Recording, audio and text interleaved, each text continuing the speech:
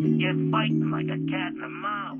What's up YouTube? It's me, Soniibeatz, and today I'm going to show you how to sound design drums and presets in Pigments. This is a continuation of the last video. The prior video was mostly about Serum. I decided to separate them into two separate videos because the video is just getting too long and I thought it would just be too much information all in one video. So this is a continuation of the Pigments part of the prior video. Today I experimented with Pigments for the first time. They just came out with an update, so I was looking into it and then I kind of realized that it's pretty much like the same thing as Serum. It might be better just because it has that little sample thing in it too. It's like a Serum mixed with like a Mellotron type thing that has its own samples. And so I tried making drums in it and I made one sound in it. It took me a while to learn the drums just because there was no tutorial. I just kind of took the stuff I knew about Serum and applied it to Pigments. If you want me to make a video explaining how to make drums in Pigments, I can, but the drums don't really sound that great. This is what the drums sound like.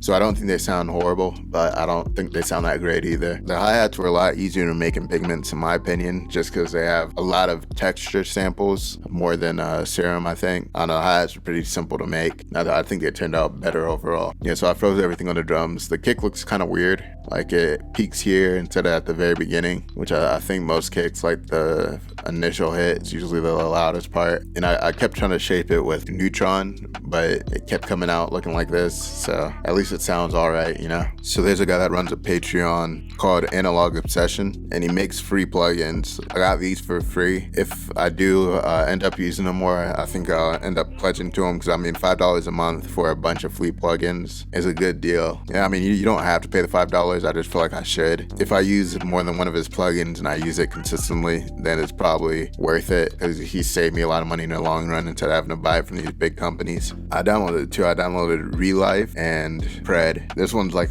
a compressor. He makes a bunch of compressors. Relife is like a saturator, and it made the kick sound a lot better. Honestly, I was surprised because I just downloaded it to see what it was, and then I just started turning knobs, and then stuff started sounding better. And then after that, I went back and read to see what it was. Watched a YouTube video from, I forgot the guy's name, but if you look up the plugin, he'll probably be the first video up, and he explained that it's pretty much a saturator. So I used it on all these sounds, and then I use the compressor on the kick. And then for the hi-hats, so usually when you play in hi-hats, you can randomize the velocity, but when you drag them in, there's no button to randomize each sound's volume. So what I did was put a compressor on it, turn on the makeup, and then I just automated the threshold. So when it's above 0, it's lower. When it's below 0, it'll increase the sound. So it's like drawn in automation, because this is a lot quicker to do than to click in and change the volume of each one of these, you know. But I changed the pattern. This was the original pattern I did, and then I kind of copied and pasted the hi-hat around. That's why it looks kind of crazy here. But this is what it looked like before. I was just going up and down. I copy and pasted that one. That's why it's all weird looking right there. But that's what I'm gonna do from now on to automate the volume. You can also do it here, but just automating the actual volume. Okay, so after I did the drums, I made this sound in Pigments. So I started with just the wavetable. I was using just the sine wave initially, but then I put an LFO on this to move it back and forth. I added the LFO to this also, so it moves the synths back and forth. Same here. So I turned up the modulator's volume, and then I modulated the panning to, I think it's on this one. Yeah, the LFO too, for this filter.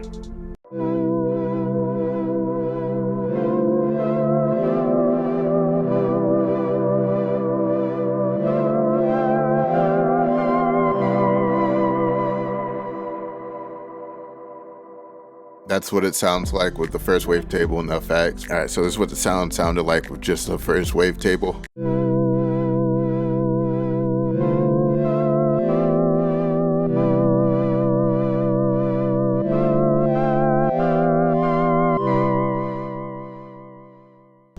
Alright, so after that, went to the second engine and then used this tack piano sample, and I turned on the granular settings and I just kind of just put LFOs on pretty much everything. Like this, I think it determines how many different times it plays the sample. So when you use a granular synth, it'll play in a random spot, usually somewhere on the sample.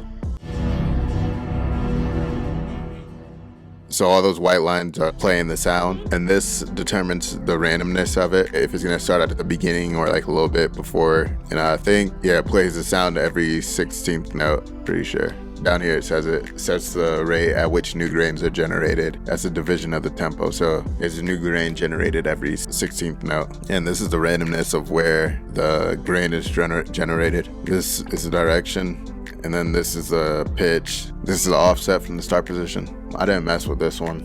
This just determines the length of the grain, so it can be very short or the whole sample. I just left it where it was at, and then modulated the randomness of the size, and then I modulated the width also. And I think that's pretty much it. I modulated fine here. So this is what that sounds like by itself.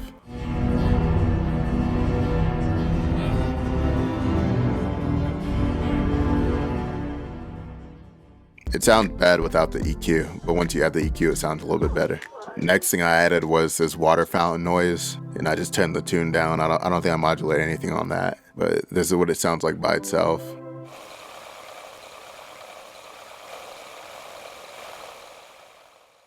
So when you turn all these on and start adding effects, it starts to sound a lot better. I'll just add them on slowly so you can hear what it sounds like as things are added.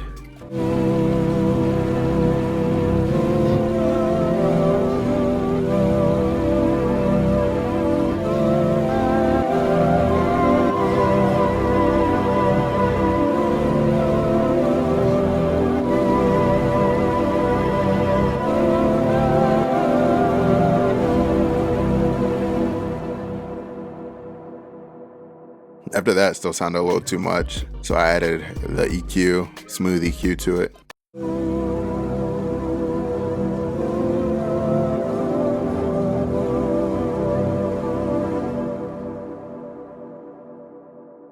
And then I added a preamp with a bright preset on it.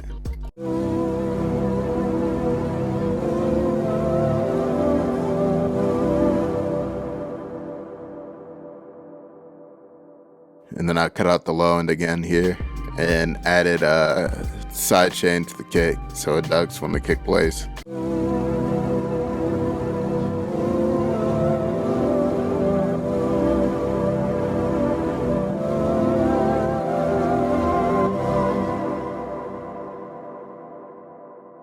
Yeah, so that's pretty much it for this. Let me know if you want me to do a video actually making the drums and making like 1 or 2 sounds real quick so you can see the process in the video. I'm probably gonna try to do it quicker just because I don't want the video to be like 2 hours long. It'll at least help people get the gist of it for Pigments, and maybe you can give me some ideas of better ways to make drums in here if you actually see the full process of me making the drums instead of the aftermath. But let me know what you think in the comments below. I'll play this out. If you want me to try it with a different plugin, let me know. I'll give it a try. If you liked the video, give it a like, comment, like, and subscribe. Check out my music on Spotify. Leave suggestions down below, and thanks for watching.